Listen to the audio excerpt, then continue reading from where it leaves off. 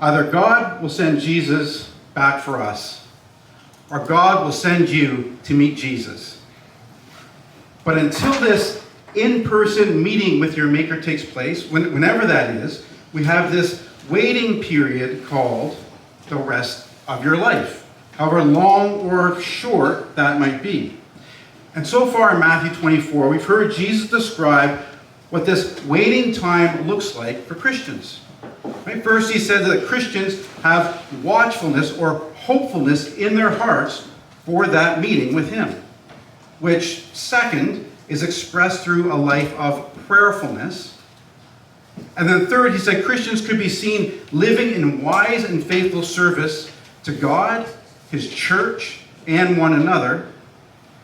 And now this morning, beginning Matthew 25, he describes our waiting for him like a bride on her wedding day, filled with love and anticipation, waiting for her bridegroom.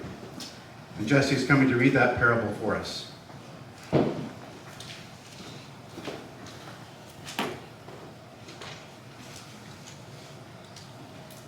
Then the kingdom of heaven shall be likened to 10 virgins who took their lamps and went out to meet the bridegroom. Now 5 of them were wise, and 5 were foolish. Those who were foolish took their lamps and took no oil with them, but the wise took oil in their vessels with their lamps. But while the bridegroom was delayed, they all slumbered and slept. And at midnight a cry was heard, "Behold, the bridegroom is coming. Go out to meet him." Then all those virgins arose and trimmed their lamps. And the foolish said to the wise, "Give us some of your oil, for our lamps are going out." But the wise answered, saying, "No, lest there should not be enough for us and for you. But go rather to those who sell, and buy for yourselves." And while they went to buy, the bridegroom came, and those who were ready went in with him to the wedding, and the door was shut. Afterward the other virgins came also, saying, "Lord, Lord, open to us." But he answered and said, "Assuredly I say to you, I do not know you. Watch therefore, for you know neither the day nor the hour in which the Son of Man is coming." Thank you, Jesse. So in the previous parables, Jesus told of 2 men working in the field, and then 2 women working a mill wheel, and then 2 servants working in a household. And in all 3 cases, one represented God's people, Christians, saved from God's judgment. The other represented everyone else, destined for God's judgment. And in our parable here, Jesus makes the same distinction again, with 5 wise and 5 foolish bridesmaids on the day of the wedding.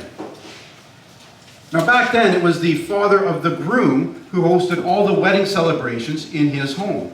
Right? So as dusk was approaching around 6 p.m., the groom, along with his best friends, would make their way to the bride's home. And then all together with her family and friends, as it's getting dark, escort everyone back to his father's house in a very public, very festive procession that the psalmist describes like this. "All glorious is the princess in her chamber, with robes interwoven with gold. In many-colored robes she is led to the king, with her virgin companions following behind her. With joy and gladness they are led along as they enter the palace of the king." And it's these virgin companions of the bride that are pictured in our parable, waiting with lamps in hand for this procession to follow the groom back to his father's house. And the analogy Jesus is making with this parable is that the wedding host is God the Father in heaven, and Jesus is the groom who's coming for his bride, Christians, to escort them back to his Father's house. The 10 bridesmaids representing all of humanity and their preparedness in this life to meet Jesus whenever that is. The 5 foolish ones representing those living their lives unready to meet their Maker, living life up to that moment for anything but Jesus. I mean, they could have been living for their physical needs and cares of this world. They could have been living for their religion. They could have just been living for themselves or for their parents. They could have been living for their children or for their spouse or their career or their leisure time or their retirement goals. Right? It doesn't really matter what the 5 foolish bridesmaids were living for before the parable began. The point is, they weren't living with this lifetime they had, readying themselves for Jesus. The 5 wise ones lived for nothing else. They've already got enough oil before the parable even begins. Living out their lives for Jesus, it didn't matter when he came, they were always ready. Revealing Jesus as their heart's greatest passion and first love, which is the love a groom expects from his bride-to-be, that he have first place in her heart. What does the life you're living today say to you about your first love? Is it Jesus or other than Jesus? The point being that we ready ourselves now for Jesus while we still have time. And what does it mean to be ready? To have a seemingly infinite amount of oil, not knowing when we'll meet Jesus in person? It means being a Christian, a disciple of Christ, which you can do by repenting of your sinful lifestyle of self, of living for anything other than Jesus first, and asking and receiving from him God's forgiveness. And then with Jesus having first place in your heart, you'll begin seeing that change in your life. Right? Still attending to your physical life and obligations, but living for and impassioned by your new first love, spiritual life, and obligations to Jesus. And then continuing on in that. Because no matter how long the groom is delayed, when the time comes to meet your Maker, you'll be shocked by it. In the same way Jesus portrays here, all the bridesmaids slumbering and sleeping in a deep, dreamy sleep, and someone cries out, "Here's the bridegroom, come out to meet him." Right? We all know what that feels like, being startled out of their sleep, it being midnight. So they all got up and brightened their lamps for the procession to their Father's house. Right? We too will be startled when that time comes. But the foolish said to the wise, "Give us some of your oil, for our lamps are going out." But the wise answered, saying, "Since there will not be enough for us and for you, go rather to the dealers and buy for yourselves." And while they were going to buy, the bridegroom came, and those who were ready went in with him to the marriage feast, and the door was shut. When Jesus came, 5 were found completely unprepared for him.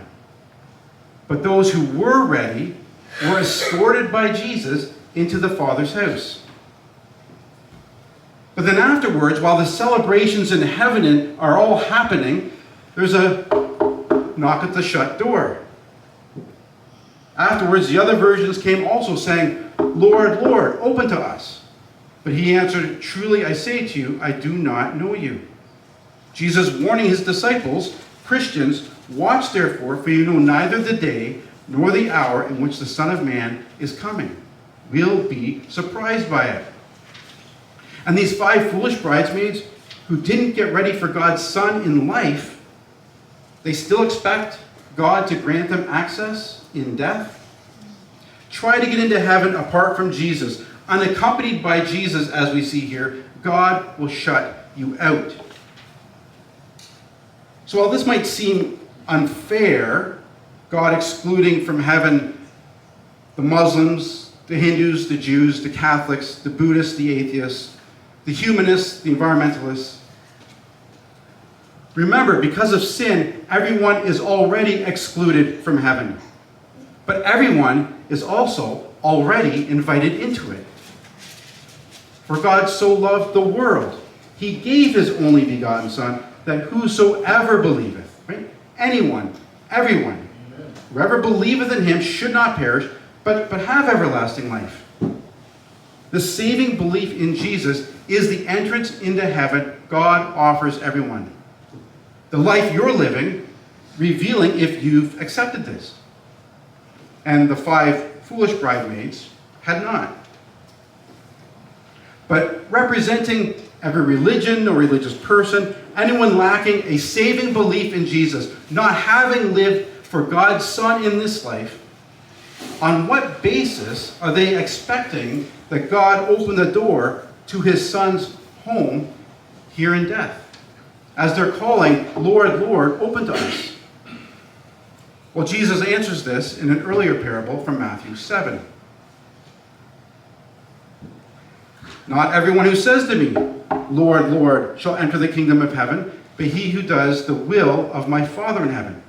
Many will say to me on that day, Lord, Lord, have we not prophesied in your name, cast out demons in your name, done many wonders in your name? Then I will declare to them, I never knew you. Depart from me, you who practice lawlessness.